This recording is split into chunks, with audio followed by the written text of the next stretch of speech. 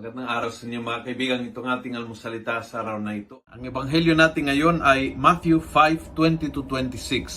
Sabi ni Jesus, "If you are about to offer your gift at the altar, and you remember that your brother has something against you, leave your gift there, in front of the altar.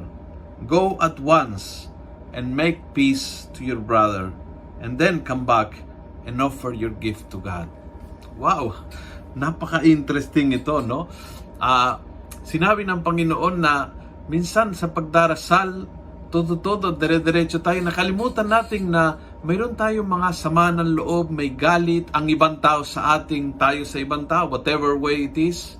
Whatever way it is, kahit siya ang galit sa akin, hindi ako galit sa kanya. Kahit siya ay may something against me, not me against him. Sabi ng Panginoon, iwan mo muna yung prayer. Unahin mo ang relasyon sa iyong kapatid.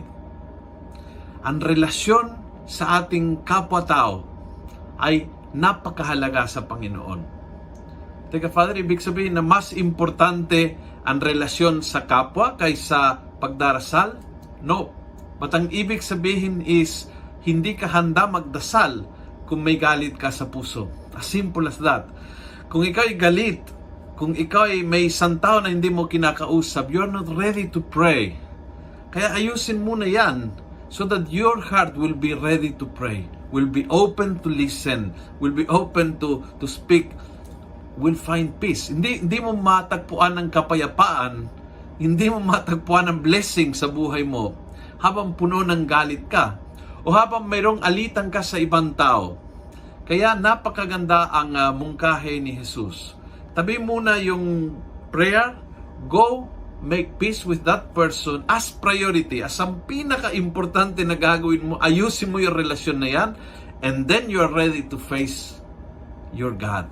Handang-handa humarap sa Panginoon, handang-handang tumanggap ng kanyang biyaya, kapayapaan at pagpapala kapag inayos mo yung alitan na yan. Kung nagustuhan mo ang video ito, pass it on. Punuin natin ng good news sa social media. Gawin natin viral. Araw-araw ang salita ng Diyos. God bless.